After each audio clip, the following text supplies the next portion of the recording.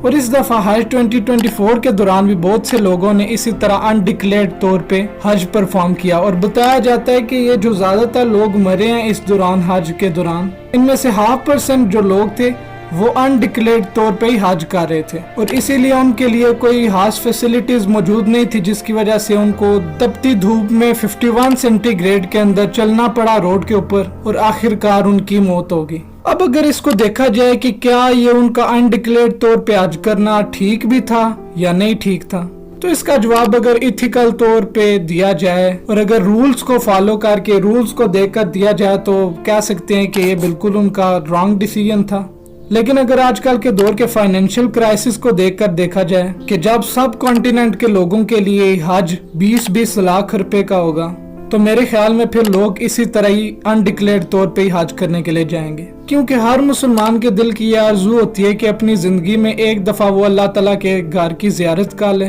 اور جب اس کو ایک حلال طریقہ، ایک جائز طریقہ نظر نہیں آتا تو پھر وہ آخر کار ایسا اقدام اٹھاتا ہے کہ اس کو کسی نہ کسی طرح سے اللہ کے گھر کی زیارت کرنے کا موقع مل جائے۔ تو اب اگر اس پوائنٹ سے نکل کر ہم اپنے پچھلے فیکٹر کی طرف آئیں کہ lack of transportation and facilities, تو اس پر ہم سعودی گورنمنٹ کو بلیم کر سکتے ہیں، کیونکہ ان مائی اوپینین جو گورنمنٹ ریاض نائٹ اور فیشن شوز کو آرگنائز کرا سکتی ہے، 1 ٹریلین کا ایک میگا پروجیکٹ ٹورزم کو پروموٹ کرنے کے لیے سعودی عرب میں لانچ کر سکتی ہے، سعودی عرب میں ورلڈ کی لارجسٹ بلڈنگ کو بنانے کا کام شروع کر سکتی ہے، صرف اس لیے کہ اب ان کا تیل ختم ہوتا جا رہا ہے اور وہ اپنی اکانومی کو دبئی کی طرح ٹورزم کی طرف شفٹ کرنا چاہتے ہیں، تو ان کو دیکھنا چاہیے کہ ہر سال لاکھوں کروڑوں لوگ عمرہ و حج کرنے کے لیے ان کی کنٹری میں ٹورزم کے لیے آتے ہیں، تو یہ اس سے کتنا زیادہ پیسہ بناتے ہیں۔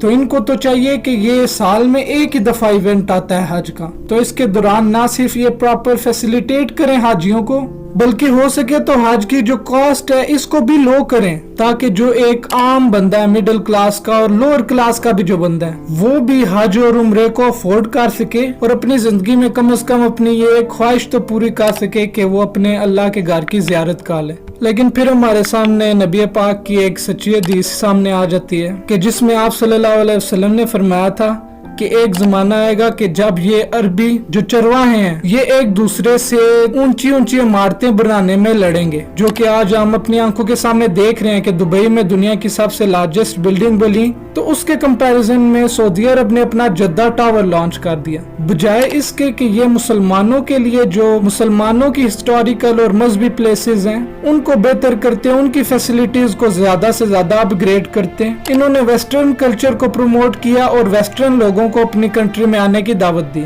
تو اب اگر اپنے لاسٹ فیکٹر کی جانب چلیں تو وہ ہے VIP کلچر، جو کہ سعودی عرب میں ریسنٹلی دیکھنے میں آیا ہے کہ جب منع میں مسلمان حاجی جب ادھر سٹے کرتے ہیں تو ادھر ان کے لیے ٹینٹس لگائے جاتے ہیں، تو سعودی گورنمنٹ نے کلاسز کی بنیاد پر ان ٹینٹس کو سیپریٹ کر دیا، یعنی کہ ایک کلاس ٹینٹس جو ہوں گے ان میں ہر طرح کی فیسلٹی ہوگی، فل ایئر کنڈیشنڈ ہوں گے، پرسنل لگژری روم ٹائپ آپ کا ٹینٹ ہوگا، جبکہ جو لوور کلاس اور مڈل کلاس لوگ ہوں گے ان کے لیے صرف عام سے ٹینٹ ہوں گے جن کے اندر 10-10 12-12 لوگ ایک ہی ٹینٹ میں ہوں گے، اور صرف ان کے لیے ایک چھوٹا سا کولر یا فین ٹائپ پنکھا ان کے لیے لگایا جائے گا۔ تو اب غور کرنے کی بات یہ ہے کہ جب نبی پاک صلی اللہ علیہ وسلم نے اپنا حج پرفارم کیا تھا تو انہوں نے اپنے حج کے خطبے میں کیا فرمایا تھا، آپ خود بھی سن لیجئے۔